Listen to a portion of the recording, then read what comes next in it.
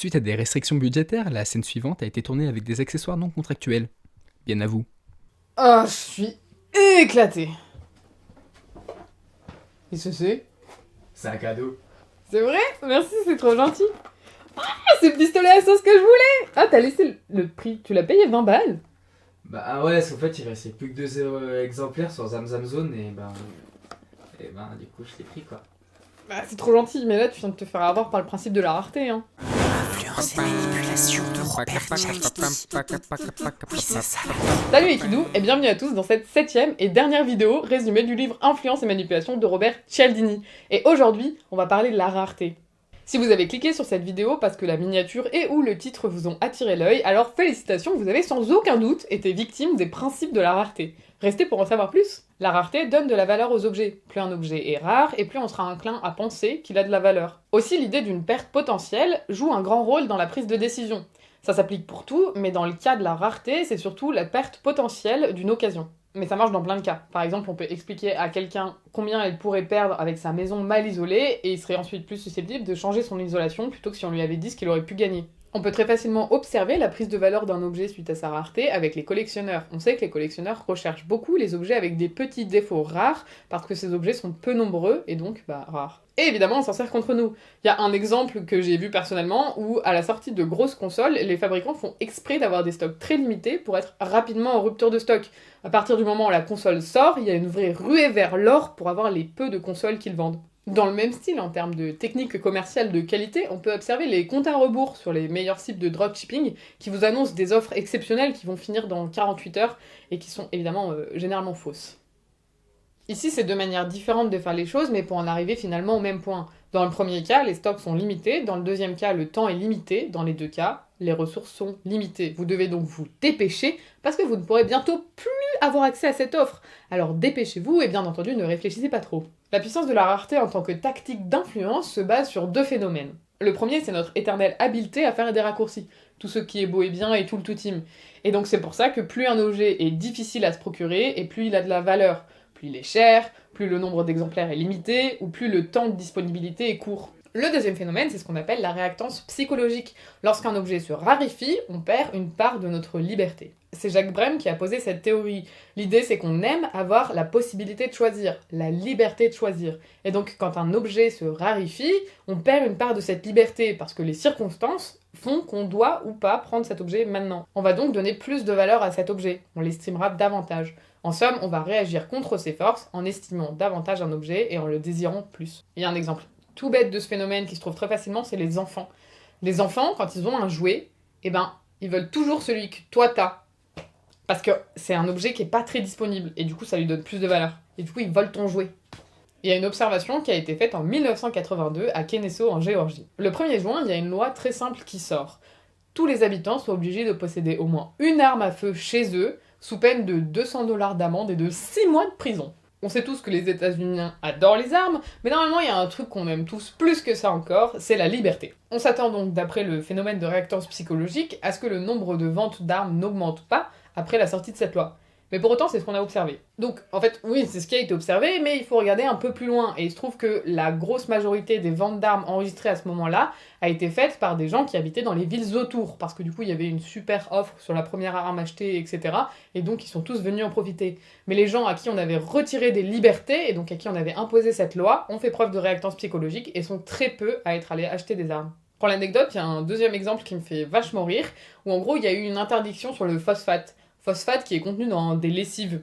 Il y a des gens qui se sont mis à faire du trafic de lessive et se sont mis à lui trouver des propriétés comme quoi ça rendait le linge plus blanc, ça sentait meilleur et tout, juste parce que ça avait été interdit. Des trafics de lessive. L'effet de la réactance psychologique est évident, mais pour autant on en est rarement conscient. Vu que notre désir pour un objet augmente, nous devons alors réévaluer ses qualités pour être en adéquation avec ce désir. D'où les nouvelles qualités qu'on y trouve. Cette tendance à désirer ce qui est inaccessible et à lui attribuer plus de valeur ne se limite pas du tout à la lessive, et c'est ce qui fait la base de ce qui nous attire dans la censure. Donc sur le même principe, on va trouver les informations censurées plus désirables et aussi plus vraisemblables. Et d'ailleurs, pas besoin d'avoir une censure pure et dure en soi, le simple fait que des informations soient rares les rend tout de suite beaucoup plus désirables et beaucoup plus convaincantes. Un des élèves de Robert Cialdini a mené une petite expérience sur ça. Il était patron d'une boîte d'importation de viande de bœuf. Après avoir discuté avec Robert Cialdini, il a mené l'expérience suivante. Comme d'habitude, ses employés appelaient les potentiels clients. Les employés appelaient donc en suivant 3 cas possibles. Dans le premier cas, il leur faisait une présentation lambda. Dans le deuxième cas, c'était une présentation lambda et en plus, il leur expliquait que les stocks allaient bientôt être réduits. Et dans le troisième cas, c'était un discours lambda, plus on leur annonçait qu'il y aurait bientôt une pénurie, et en plus, on leur expliquait que cette information sur la pénurie venait de canaux privés dans le milieu, et donc que c'était une info non publique. On observe ensuite les ventes effectuées avec ces différentes méthodes. Dans le premier cas, il n'y a pas de différence. Dans le deuxième cas, avec la présentation du produit plus les informations sur sa future rareté, on observe 2 fois plus de ventes. Et dans le troisième cas, avec présentation des produits plus l'information sur la future rareté et plus la rareté de l'information en elle-même, on observe 6 fois plus de ventes dans ce cas-là. Une autre question qui s'est posée concernait les conditions dans lesquelles le principe de rareté pouvait être le plus efficace. Et 2 observations peuvent être faites. Premièrement, une rareté soudaine a plus d'effet qu'une rareté établie. En gros, si on vous présente un objet d'abord comme n'étant pas rare, mais qu'il le devient soudainement, il aura plus de valeur à vos yeux que s'il avait toujours été rare. Et dans ce principe de rareté, on a observé autre chose qui est l'esprit de compétition. On entre alors en compétition avec les autres pour obtenir ces ressources rares. Et les pêcheurs, ils utilisent cette méthode. En gros, ils jettent un max d'appât au même endroit, de là, tous les poissons se précipitent, tous les poissons, on voit qu'il y a d'autres poissons qui vont essayer de tout bouffer, et là, ils se mettent à essayer de gober tout ce qui passe, même des hameçons avec pas d'appât dessus. Et du coup, ils se retrouvent attrapés comme des cons. Et qui utilise exactement la même technique? Les grandes enseignes pendant les périodes de solde, avec ce qu'on va appeler les appâts, ou les prix d'appel, qui sont des prix extrêmement intéressants sur certains articles. Et une fois, avec toute la foule autour, on est piégé par la compétition et on se met à prendre un peu n'importe quoi, même ce qu'on voulait pas. Ici, la grande difficulté, c'est que lorsque nous faisons face à une situation de rareté, nos facultés de réflexion s'obscurcissent et on observe des réponses émotionnelles et physiques fortes.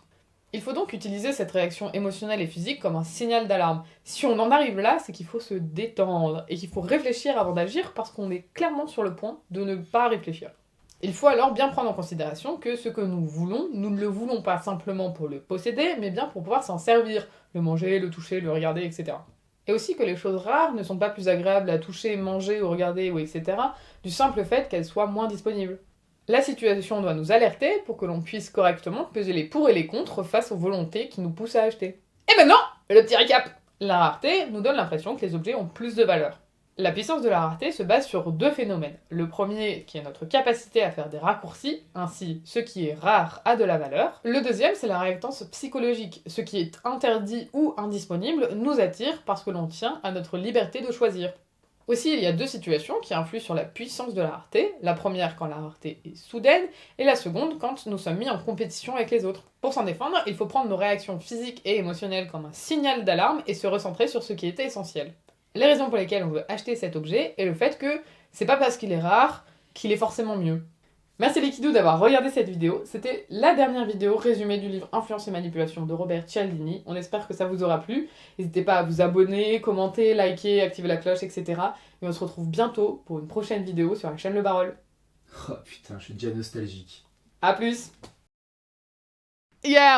Ouais, en fait, j'ai accepté ce rôle parce que j'avais vraiment un gros problème de thunes. Je voulais vraiment améliorer aussi ma qualité d'artiste. Un peu comme Jean Dujardin en fait. Mais finalement, pas du tout. Et là, il pète. Mais du coup, quel était le sens? Oula, t'as vu l'heure? Faut qu'on y aille. Ouais, parce qu'il faut qu'on fasse des photocopies en fait.